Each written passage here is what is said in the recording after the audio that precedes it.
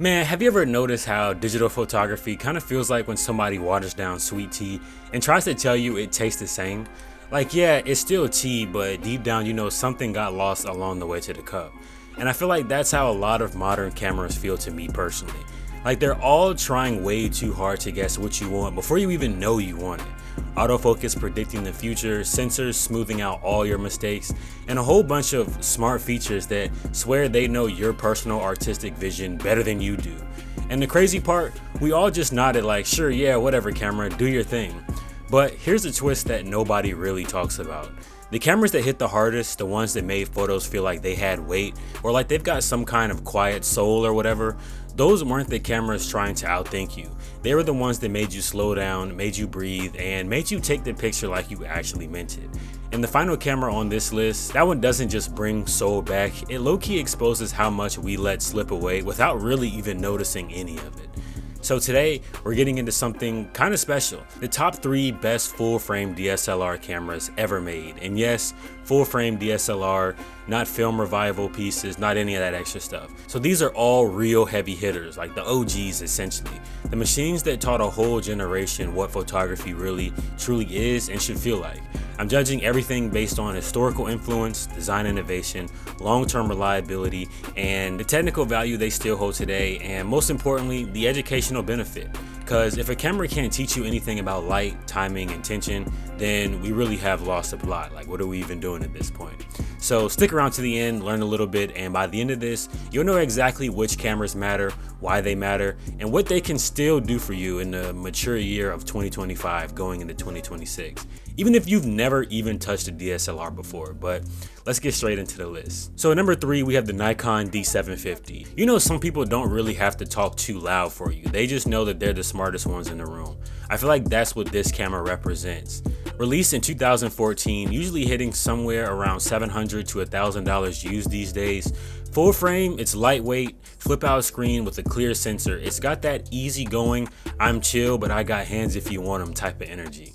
I feel like the D750 earns a number 4 spot on this list because it isn't dramatic, it isn't trying to flex, and it's just stupidly reliable and better than most people would ever really expect. And the dynamic range for its age is pretty wild. Like, you can drag shadows back from the grave and still make it look natural.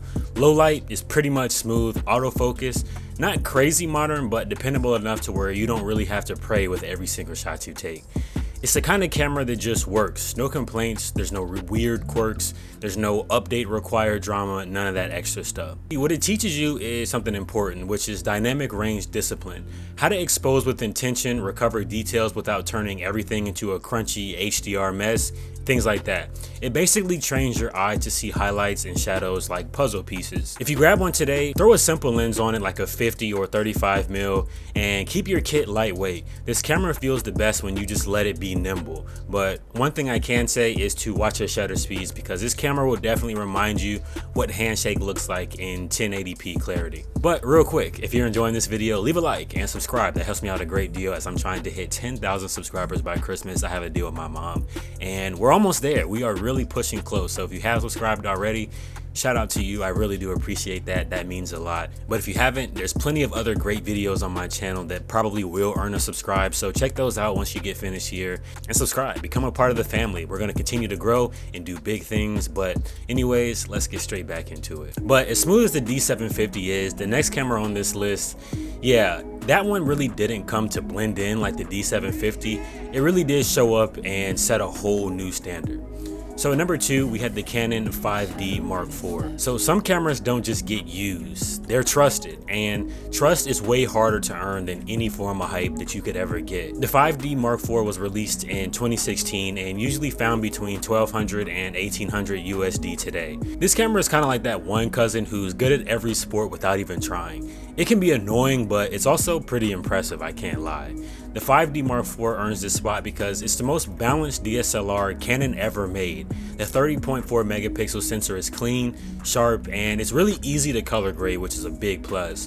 The autofocus also is solid. The weather sealing is something serious, and the battery life, you really just can't go wrong with it, especially because it's a DSLR in general. Everything just sits in that perfect zone where you forget the camera is even there because it simply is just doing its job so well that you have nothing to complain about. Canon skin tones are pretty much still undefeated in almost all lighting scenarios, so you really just can't go wrong with this. But another great thing about this camera is that it does teach you color discipline. You start paying attention to things like skin tones, white balance, and the difference between warm light and just straight up yellow light. It forces you to understand that color isn't decoration, it's more so a part of storytelling. But if you pick one of these up, pair it with quality glass of course. L-series lenses really make this camera stretch its legs, and also bring fast SD or CF cards. These files aren't small and the 5D will humble a cheap card pretty quickly. But even with all that, the number one spot really wasn't even close, because the camera at the top of this list didn't just raise the bar, it kind of did shatter through it and set new all-time highs essentially. This is the camera that people talk about in that low, you had to be there type of voice. Like they're describing some legendary musician that only played one secret show or something like that. It's a camera that really does make mirrorless shooters look down on their fancy little touchscreen and whisper, dang, I should have just got one of those. So taking the crown at number one, of course, is the Nikon D850, released in 2017, usually going for around $1,800 to $2,500 used, I believe. This thing is a straight up monster. 45.7 megapixel backside illuminated sensor, crazy battery life, ridiculous detail, and a body that feels like Nikon carved it out of confidence as well as stubbornness. This camera definitely earns the number one spot to me because it's the only DSLR that really pushed the limits to why does this even exist territory. It shoots like a medium format when you need detail, but behaves like a sports camera when you need speed, and it also handles like something that's pretty much got no business being this good at everything. Landscapes look like paintings, portraits look sculpted, and action just looks intentional. It's basically a masterclass in what a camera can do when every decision in the design was about quality instead of shortcuts. A memorable takeaway to this camera is that the D850 teaches one of the most important lessons really in all of photography. Gear should not rescue your mistakes. Gear should amplify your vision, and that's it. If your fundamentals are strong, this camera really does feel like a superpower. If they're weak, maybe it'll politely just expose you a little bit. But the Nikon D850 being at the number one spot should really surprise no one, because this camera, if you've ever used it, it really does just hold its own with really nothing else needed. But let's go over a quick little recap of everything we discussed so far. So remember, at number 3 we had the Nikon D750, essentially the quiet genius with crazy dynamic range that teaches you how to see light. Then at number 2 we had the Canon 5D Mark IV, the balanced, color accurate workhorse that shows you how storytelling really lives in color. And finally at number 1 we had the Nikon D850, the legend essentially, the heavyweight, the camera that basically said, if this is the end of DSLRs, then we really are going out with a bang. Each one of these cameras matters because they weren't just made to think for you.